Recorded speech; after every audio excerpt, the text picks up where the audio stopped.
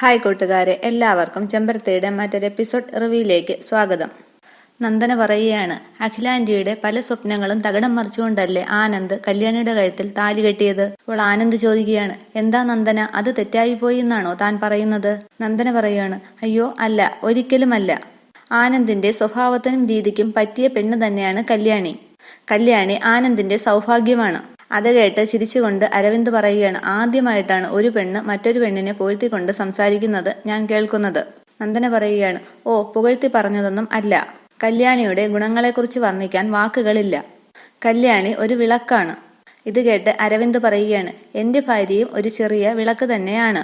ആനന്ദ് പറയുകയാണ്, ഭാര്യമാരുടെ കാര്യത്തിൽ നീയും ഞാനും മഹാഭാഗ്യവാന്മാരാണ്. അപ്പോഴാണ് ആനന്ദിന് ഫോൺ വരുന്നത്. തൃച്ചംബരത്തെ ആനന്ദ് സാറല്ലേ? ആ അതെ സാറേ, ഞാൻ വിളപ്പുറത്ത് അമ്പലത്തിലെ ദേവസ്വം മാനേജറാണ്. ആ പറയൂ. അല്ല സാറ് ടെൻഷനൊന്നും ആവേണ്ട. അല്പം മുമ്പ് ക്ഷേത്രത്തിൽ വച്ചൊരു സംഭവമുണ്ടായി. സംഭവമോ? എന്ത് സംഭവം? സാറിന്റെ ഭാര്യ കല്യാണി ക്ഷേത്രമുറ്റത്ത് തലചുറ്റി വീണു. കല്യാണി തലചുറ്റി വീണെന്നോ? എന്നിട്ട് ഞങ്ങൾ JK ഹോസ്പിറ്റലിൽ അഡ്മിറ്റ് ചെയ്തു. സാർ ഒന്ന് വേഗം വന്നാൽ മതി. ആ ശരി, ഞാൻ വേഗം വരാമെന്നും പറഞ്ഞ് ആനന്ദ് ഫോൺ കട്ട് ചെയ്യുകയാണ്. എന്താ ബ്രോ എന്ന് അരവിന്ദ് ചോദിക്കുമ്പോൾ, നീ വേഗം വണ്ടിയെടുക്കുക എന്ന് പറയുന്നു ആനന്ദ്. കല്യാണി ഹോസ്പിറ്റലിലാണ്, അമ്പലത്തിൽ വെച്ച് തലചുറ്റി വീണു എന്ന്. കാറിൽ കയറാൻ നേരം ആനന്ദ് പറയുകയാണ്, നന്ദൻ ഇപ്പോൾ വരണ്ട, അമ്മയുടെ അടുത്ത് ആരെങ്കിലും വേണ്ടേ? അതിനുശേഷം അവർ പോവുകയാണ്. അരവിന്ദ് JK ഹോസ്പിറ്റലിലേക്കെന്ന് ആനന്ദ് പറയുകയാണ്. പിന്നീട് കാണിക്കുന്നത് തൃച്ചംബരത്ത് തന്നെ കുറുപ്പ് ആരും കാണാതെ പ്രിയങ്കയെ ഫോൺ ചെയ്യുകയാണ്. ഹലോ എന്ന് പ്രിയങ്ക പറയുമ്പോൾ, കുഞ്ഞെ എന്ന് ചോദിക്കുകയാണ് കുറുപ്പ്. എന്താ കുറുപ്പേട്ട, എന്തെങ്കിലും പ്രശ്നമുണ്ടോ? എനിക്ക് പേടിയാകുന്നു കുഞ്ഞെ, അഖില മേഡത്തിന്റെ മുന്നിൽ ചെല്ലുമ്പോൾ.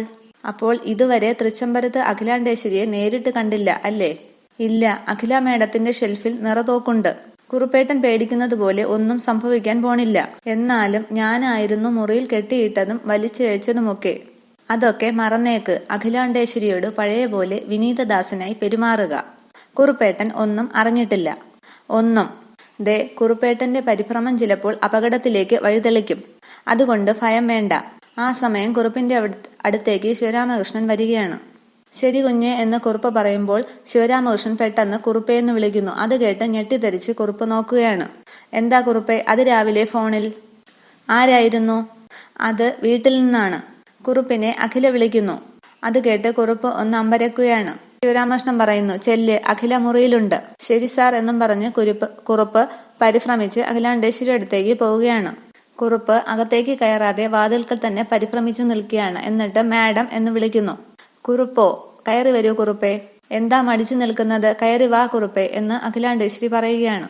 എനിക്ക് കുറുപ്പിനോട് ഒന്ന് രണ്ട് കാര്യങ്ങൾ പറയാനുണ്ട്. കയറി വരൂ. കുറുപ്പ് പേടിച്ച് അകത്തേക്ക് കയറുകയാണ്. കുറുപ്പേ, എനിക്ക് ഇന്നു മുതൽ 1-2 ദിവസത്തേക്ക് ലളിതമായ ഭക്ഷണം മതി. അതായത് കഞ്ഞി, ചെറുപയർ, പപ്പടം, ചമ്മന്തി, അതുപോലെയൊക്കെ. മനസ്സിലായോ? മനസ്സിലായി മാഡം എന്ന് കുറുപ്പ് പറയുകയാണ്. ചായയും കാപ്പിയും ഒന്നും വേണ്ട, ചൂടുവെള്ളം മാത്രം മതി. പിന്നെ ഇളനീര് വേണം. ഓ ശരി മാഡം. പിന്നെ കുറുപ്പേ, എന്താണെന്നറിയില്ല, ഈയിടെയായി എനിക്കെന്തോ തലയ്ക്ക് വല്ലാത്തൊരു ഭാരം. തല തണുക്കെ ഒന്ന് കുളിക്കണം. അതിനായി സാധാരണ എനിക്ക് വേണ്ടി തയ്യാറാക്കുന്നതോ വാങ്ങിക്കുന്നതോ ആയ ഒരു എണ്ണയില്ലേ ഈ തൃച്ചംബരത്തേക്ക് കൊടുത്തുവിടുന്നത്? കൈതോന്നിയും കറ്റാർവാഴയും നീലിയാമ്പതിയും ചെമ്പരത്തിയും ഒക്കെ ചേർത്ത് തയ്യാറാക്കുന്ന ഒരെണ്ണ. അത് വേണമെങ്കിൽ ഞാനിവിടെ തയ്യാറാക്കാം മാഡം. എനിക്കത് ഉണ്ടാക്കാൻ അറിയാം. അഖിലാണ്ടേശ്വരി പറയുന്നു, ഏയ് വേണ്ട, വാങ്ങിച്ചാൽ മതി. എല്ലാം കൂടി ആകുമ്പോൾ കുറുപ്പിന് അത് വലിയ പാടാകും. അതൊന്നും സാരമില്ല മാഡം, എന്തായാലും അത് വാങ്ങിച്ചാൽ മതി. ശരി മാഡം. കർണാരപ്പുഴയിലെ രാമൻ വൈദ്യൻ ആ എണ്ണ കാച്ചിത്തരും. ശരി, ഇതെല്ലാം കുറുപ്പ് തന്നെ എനിക്ക് ഒരുക്കി തരണം. ഇവിടെ വേലക്കാരുണ്ടെങ്കിലും എനിക്കൊരു സഹായത്തിന് കുറുപ്പ് മാത്രമേ ഉള്ളൂ. അത് മറക്കരുത്. എങ്കിൽ കുറുപ്പ് പൊയ്ക്കോളൂ, ഞാൻ വിളിക്കുമ്പോൾ വന്നാൽ മതി. അങ്ങനെയാകട്ടെ മാഡം എന്ന് പറഞ്ഞ് കുറുപ്പ് പോവുകയാണ്. വാതിൽ നിന്നും വെളിയിലെത്തിയ ശേഷം കുറുപ്പ് നേരെ ഒന്ന് ശ്വാസം വിടുകയാണ്. പക്ഷെ അകത്ത് അന്നേരം അഖിലയുടെ ഭാവങ്ങൾ മാറിമറിയുകയാണ്. പിന്നീട് കാണിക്കുന്നത് ഹോസ്പിറ്റലിലെത്തുന്ന ആനന്ദിനെയും അരവിന്ദിനെയുമാണ്. അരവിന്ദ് പറയുകയാണ്, ദേ അവിടെ ഒരാൾ നിൽപ്പുണ്ട്. ഫോൺ വിളിച്ച ആളിന്റെ അടുത്തേക്ക് ആനന്ദും അരവിന്ദും എത്തുകയാണ്. ആനന്ദിനോട് ചോദിക്കുകയാണ്, ആനന്ദ് സാർ അല്ലേ? അതെ, എന്താണ് ഉണ്ടായത്?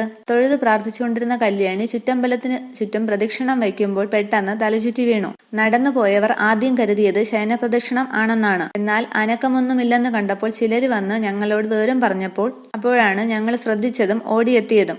ഞങ്ങൾ കാണുമ്പോൾ ബോധം ഇല്ലായിരുന്നു. കല്യാണിയെ പിന്നെ അമ്പലത്തിൽ എല്ലാവർക്കും അറിയാമല്ലോ. മാത്രമല്ല ഇപ്പോൾ ഗർഭിണിയുമല്ലേ. എന്തായാലും താമസിച്ചില്ല. പെട്ടെന്ന് തന്നെ കാറ് പിടിച്ച് ഇങ്ങോട്ട് കൊണ്ടുവന്നു. ആനന്ദ് ചോദിക്കാൻ ഡോക്ടർ എന്തു പറഞ്ഞു? അകത്തുണ്ട്. കല്യാണിയെ പരിശോധിക്കുകയാണ്. പേടിക്കാനൊന്നും ഇല്ലെന്നാണ് ഡോക്ടർ പറഞ്ഞത്. അതിനുശേഷം ഡോക്ടർ പുറത്തേക്ക് ഇറങ്ങിയാണ്. എന്നിട്ട് ചോദിക്കുകയാണ്, കല്യാണിയുടെ ബന്ധുക്കൾ ആരെങ്കിലും വന്നിട്ടുണ്ടോ? അമ്പലത്തിലെ മാനേജർ പറയുകയാണ്, വന്നിട്ടുണ്ട് ഡോക്ടർ. ആനന്ദ് അടുത്തേക്ക് ചെല്ലുന്നു. ഞാനാണ്. കല്യാണിയുടെ ആരാ നിങ്ങൾ? ഡോക്ടർ ചോദിക്കുന്നു. ഹസ്ബൻഡാണ്. വരൂ എന്ന് വിളിച്ചുകൊണ്ട് ഡോക്ടർ അവരെ ക്യാബിനിലേക്ക് കൊണ്ടുപോവുകയാണ്. അമ്പലത്തിലെ മാനേജർ അരവിന്ദിനോട് പറയുകയാണ്, എന്നാൽ കുഞ്ഞെ ഞാൻ അങ്ങോട്ട്. അവിടെ ഓഫീസ് തുറന്നു കിടക്കുകയാണ്. ഓ താങ്ക്സ്. നിങ്ങളോട് എത്ര നന്ദി പറഞ്ഞാലും മതിയാകില്ല. അയ്യോ എന്താ കുഞ്ഞെ, ഇതിലൊന്നും വലിയ കാര്യമില്ല. നമ്മളൊക്കെ മനുഷ്യരല്ലേ. പരസ്പരം ഇങ്ങനെയൊക്കെ സഹായിക്കാനായില്ലെങ്കിൽ ഈ ജന്മം വെറുതെ ആയി പോവില്ലേ. ഇന്നൊരു വിശേഷാൽ പൂജ നടക്കുന്നത് കൊണ്ടാണ് ഞങ്ങളൊക്കെ അവിടെ ഉണ്ടായിരുന്നത്. എല്ലാം ദേവി കാണിച്ചു തന്നതാണ്. വിളിച്ചാൽ വിളി കേൾക്കുന്ന ദേവിയാണ് വിളപ്പുറത്തമ്മ. അമ്മ പരീക്ഷിക്കും, പക്ഷേ കൈവിടില്ല. ശരി കുഞ്ഞെ, എന്നാ ഞാൻ എന്ന് പറഞ്ഞ് അദ്ദേഹം അവിടെ നിന്നും പോവുകയാണ്. പിന്നീട് അരവിന്ദ് ഡോക്ടറുടെ ക്യാബിനിലേക്ക് എത്തുകയാണ്. ആനന്ദ് പറയുകയാണ്, എന്റെ ബ്രദറാണ്. ഡോക്ടർ പറയുന്നു, വരൂ ഇരിക്കൂ. ഡോക്ടർ പറയുകയാണ്, മിസ്റ്റർ ആനന്ദ്, വൈഫ് പ്രഗ്നന്റ് ആയിരുന്നു അല്ലേ? അതെ മാഡം. പേഷ്യന്റ് തലചുറ്റി വീണതാണ് എന്നറിഞ്ഞപ്പോൾ, പ്രഗ്നന്റ് ആണ് എന്നറിഞ്ഞതുകൊണ്ട് ഞങ്ങൾ അതിന്റെ സിംറ്റംസ് അറിയാൻ വേണ്ടി ഒരു സ്കാൻ നടത്തി. അപ്പോഴാണ് അറിയുന്നത് അബോർഷനായി എന്നത്. വാട്ട് എന്നും പറഞ്ഞ് ആനന്ദ് ആകെ ഞെട്ടുകയാണ്. ഇത് വീഴ്ചയിൽ സംഭവിച്ചത് അല്ല. പിന്നെ എന്ന് അരവിന്ദ് ചോദിക്കുകയാണ്. പ്രഗ്നൻസിക്ക് ഹാനികരമായ ഏതോ മെഡിസിൻ പേഷ്യന്റിന്റെ ഉള്ളിൽ കടന്നിട്ടുണ്ട്. അത് എങ്ങനെ ഉള്ളിൽ ചെന്നുവെന്ന് നിങ്ങൾ കല്യാണിയോട് തന്നെ ചോദിക്കണം. ഇപ്പോഴും മയക്കത്തിലാണ്. ആനന്ദ് ആകപ്പാടെ തളർന്നിരിക്കുകയാണ്. ഡോക്ടർ പറയുകയാണ്, ഇപ്പോഴത്തെ തലമുറയല്ലേ ഡെലിവറി കഴിഞ്ഞാൽ സൗന്ദര്യം പോകുമെന്ന് എന്നൊരു തോന്നൽ ഉണ്ടാകും. കല്യാണി ഒരുപക്ഷെ എന്ന് പറയുമ്പോൾ ആനന്ദ് പറയുകയാണ്, ഏയ് നോ, കല്യാണി അങ്ങനെ ചെയ്യില്ല ഡോക്ടർ. ഒരുപാട് പ്രതീക്ഷകളോടെയാണ് അവൾ എന്ന് പറഞ്ഞ് ആനന്ദിന്റെ സ്വരം ഇടറുകയാണ്. ഡോക്ടർ പറയുകയാണ്, എന്ന് ഞാൻ ഉറപ്പിച്ചു പറഞ്ഞിട്ടില്ല. ഏതായാലും ജീവൻ തിരിച്ചു കിട്ടിയല്ലോ. അങ്ങനെയങ്ങ് ആശ്വസിക്ക്. കുറച്ചുനാൾ സൂക്ഷിക്കണം. ഭാരിച്ച ജോലിയൊന്നും ചെയ്യരുത്. ഏതായാലും ഒരു 2 മണിക്കൂർ ഒബ്സർവേഷനിൽ കിടക്കട്ടെ. അപ്പോഴേക്കും ബോധം തെളിയും. അത് കഴിഞ്ഞ് ഡിസ്ചാർജ് എഴുതാം. ആനന്ദ് പറയുകയാണ്, ഡോക്ടർ, ഒരു അപേക്ഷയുണ്ട്. എന്താ, പറയൂ. ദേവി ഇത്, കല്യാണി ഇത് തൽക്കാലം അറിയരുത്. അവള് ആകെ തകർന്നു പോകും. ഒരുപക്ഷെ പിന്നീട് അവൾ ഉണ്ടാകില്ല. ശരി, ഞങ്ങളൊന്നും പറയില്ല. താങ്ക് യു ഡോക്ടർ എന്നും പറഞ്ഞ് അരവിന്ദ് ആനന്ദിനെയും കൂട്ടി അവിടെ നിന്നും പോവുകയാണ്. അപ്പോഴേക്കും അരവിന്ദിന്റെ ഫോണിലേക്ക് ശിവരാമകൃഷ്ണൻ വിളിക്കുകയാണ്. അരവിന്ദ് പറയുന്നു, അച്ഛനാണ്. കല്യാണിയുടെ വിവരങ്ങൾ അറിയാൻ വേണ്ടി വിളിക്കുന്നതാണ്. 2-3 പ്രാവശ്യമായി വിളിക്കുന്നു. എടുത്താലോ? അപ്പൊ ആനന്ദ് പറയുന്നു, എടുക്ക്. ഡിസ്കാരേജ് ആയ കാര്യം മാത്രം പറയണ്ട. അരവിന്ദ് ഫോൺ എടുക്കുന്നു. അന്നേരം ആനന്ദ് ആലോചിക്കുകയാണ്. ശിവരാമകൃഷ്ണൻ അന്ന് രാത്രി ഗുളികയുമായി റൂമിൽ വന്ന കാര്യങ്ങൾ, ഡോക്ടർ തന്നതാണെന്നും പറഞ്ഞ് ടാബ്ലറ്റ് കല്യാണിക്ക് കൊടുക്കുന്നതൊക്കെ ആനന്ദ് ആലോചിക്കുകയാണ്. ശിവരാമകൃഷ്ണൻ അരവിന്ദിനോട് ചോദിക്കുകയാണ്, അരവിന്ദ്, ഞാൻ വിളിച്ചിട്ട് നീ എന്താ ഫോൺ എടുക്കാത്തത്? ഡോക്ടർ എന്ത് പറഞ്ഞു? കല്യാണിക്ക് എന്താ പറ്റിയത്? അച്ഛാ, ടെൻഷൻ ഒന്നുമില്ല. കല്യാണിക്ക് വെളുപ്പുറം ക്ഷേത്രത്തിൽ വെച്ചൊരു തലകറക്കമുണ്ടായി. അത് ഞാൻ അറിഞ്ഞു. നന്ദന പറഞ്ഞു. അതല്ലേ വിളിക്കുന്നത്. ഇപ്പോൾ കല്യാണിക്ക് എങ്ങനെയുണ്ടെന്ന് പറ. ഏയ്, കല്യാണിക്ക് ഇപ്പോ ഒന്നുമില്ല അച്ഛാ. കുഴപ്പമൊന്നും ഇല്ല. ഇവിടെ വന്ന് കുറച്ചു കഴിഞ്ഞപ്പോൾ ആ തലകറക്കം അങ്ങോട്ട് മാറി. വൈകിട്ടാകുമ്പോഴേക്കും ഡിസ്ചാർജ് ആക്കാമെന്നാണ് ഡോക്ടർ പറഞ്ഞത്. ശരി, ഞങ്ങൾ ആരെങ്കിലും ഹോസ്പിറ്റലിലേക്ക് വരണോ മോനെ? ഇന്ന് ഓഫീസിൽ പോകേണ്ട കാര്യമുണ്ട്. ഞാൻ അതുവഴി വരാം. ഏയ് വേണ്ടച്ച, ആരും വരണ്ട. ഞങ്ങൾ അങ്ങോട്ട് വന്നേക്കാം. ആ ശരി എന്നും പറഞ്ഞ് ശ്രീരാമകൃഷ്ണൻ ഫോൺ കട്ട് ചെയ്യുകയാണ്. ആലോചിച്ചു നിൽക്കുന്ന ആനന്ദിന്റെ അടുത്തേക്ക് അരവിന്ദ് എത്തുകയാണ്. എന്നിട്ട് പറയുകയാണ്, അച്ഛൻ ഇങ്ങോട്ട് വരട്ടെ എന്ന് ചോദിച്ചു. വേണ്ട എന്നാ പറഞ്ഞത്. ആനന്ദ് പറയുന്നു, അത് നന്നായി. അരവിന്ദ് പറയുകയാണ്, അല്ല ബ്രോ, ഏതോ മരുന്ന് അകത്ത് ചെന്നിട്ടാണ് ഇത് സംഭവിച്ചെന്നല്ലേ ഡോക്ടർ പറഞ്ഞത്? നീ കല്യാണി എങ്ങാനും മരുന്ന് എന്ന് പറയുമ്പോൾ ആനന്ദ് ഉച്ചത്തിൽ പറയുകയാണ്, നോ, അവൾ അത് ചെയ്യില്ല അരവിന്ദ്, ഒരിക്കലും ചെയ്യില്ല. അല്ല, ഞാൻ വെറുതെ ഒന്ന് ചിന്തിച്ചെന്നേ ഉള്ളൂ. എന്റെ കുഞ്ഞിനെ പ്രസവിക്കണമെന്നും അങ്ങനെ ഒരു അമ്മയാകണമെന്നും അവൾ ഒരുപാട് ആഗ്രഹിച്ചതാണ്.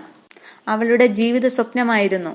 ആ സ്വപ്നമായിരുന്നു ആരൊക്കെയോ തകർത്തു കളഞ്ഞത്. അപ്പോൾ അരവിന്ദ് ചോദിക്കുകയാണ്, ബ്രോ, ആരൊക്കെയോ തകർത്തു കളഞ്ഞെന്നോ?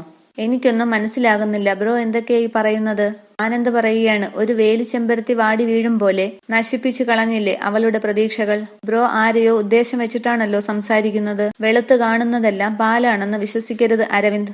നമ്മൾ ദൈനംദിനം കണ്ടുകൊണ്ടിരിക്കുന്നവരുടെ യഥാർത്ഥ മുഖങ്ങൾ എന്താണെന്ന് ഇനിയും നാം തിരിച്ചറിയേണ്ടിയിരിക്കുന്നു. നമ്മളോട് ആദരവ് കാണിക്കുന്നവർ, നമ്മളോട് ആത്മാർത്ഥത കാണിക്കുന്നവർ കുടിച്ച വെള്ളത്തെ പോലും വിശ്വസിക്കരുത്. കൺമുന്നിൽ വന്നു നിന്ന് ചിരിക്കും, കാണാതെ വന്ന് കഴുത്ത് ഞെരിക്കും. വിചിത്ര മനുഷ്യർ.